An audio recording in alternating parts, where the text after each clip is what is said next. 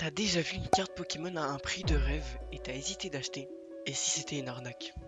Aujourd'hui, je vais te montrer toutes les techniques des arnaqueurs pour que tu ne te fasses jamais arnaquer. Et crois-moi, certaines vont te choquer. D'abord, il faut savoir reconnaître les arnaques les plus courantes. Et crois-moi, elles sont partout. Mauvaise texture, papier trop épais ou trop fin, mauvais brillant, reflets bizarres sous la lumière, police et couleurs légèrement différentes, tous ces aspects font que la carte est fausse. Les offres trop belles pour être vraies. Un Dracofeu édition 1 à 50 euros, c'est clairement une arnaque. Toujours comparer avec Car Market, eBay et les sites spécialisés.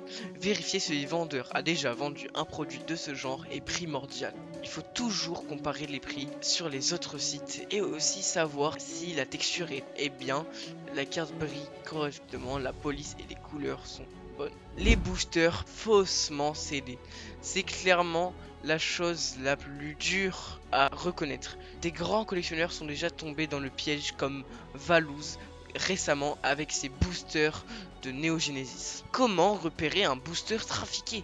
Il faut vérifier la qualité du scellage, comme vous avez pu le voir dans la vidéo de Valouz.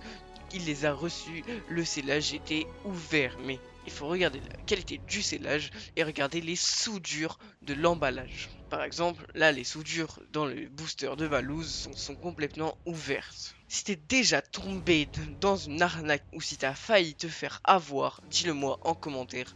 Ça peut aider toute la communauté à éviter ces pièges. Et aussi, si tu veux les partager avec d'autres collectionneurs et savoir si ces cartes sont fausses, rejoins mon Discord en description et abonne-toi à ma chaîne YouTube. En ce moment, je fais une vidéo par jour. Comment sécuriser ses achats? Maintenant que tu connais les pièges, voici comment acheter en toute sécurité. Toujours regarder les avis et l'ancienneté du compte. Bien sûr, des gens peuvent avoir un seul avis, mais un mauvais avis. Ce n'est pas toujours un bon cas et ce n'est pas toujours un mauvais cas. C'est les cas les plus durs à repérer. Mais s'il a énormément d'avis bons, là tu peux être sûr de pouvoir acheter. Même si bon, tu peux toujours trouver une arnaque. Et pareil dans l'autre sens. Ne jamais acheter sur Instagram, Facebook, Discord sans protection. Quand j'achète un produit sur Discord, je passe toujours par Vinted, car envoyer de l'argent avec un PayPal ou autre chose peut tout changer, car la personne peut décider de t'envoyer la mauvaise carte ou tout simplement de ne rien t'envoyer du tout.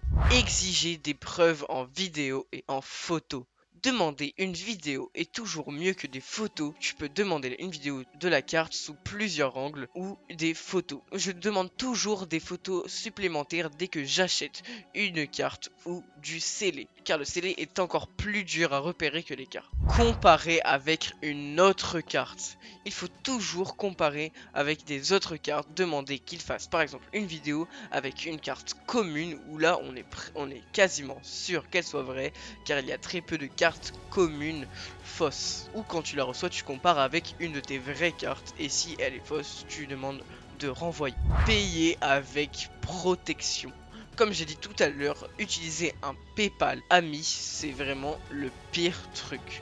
Ou payer en crypto, il faut toujours utiliser par exemple une application qui est pour de la vente comme Vinted, eBay ou Card Market, ou à la limite un PayPal biens et services. Si tu veux être sûr de ne jamais te faire avoir, voici la règle d'or. Si t'as le moindre doute, ne paye pas. Il vaut mieux rater une bonne affaire que de perdre son argent. Si cette vidéo t'a aidé, pense à t'abonner et liker, ça me motive à continuer de vous donner les meilleurs conseils pour vos collections. En ce moment, je fais une vidéo par jour.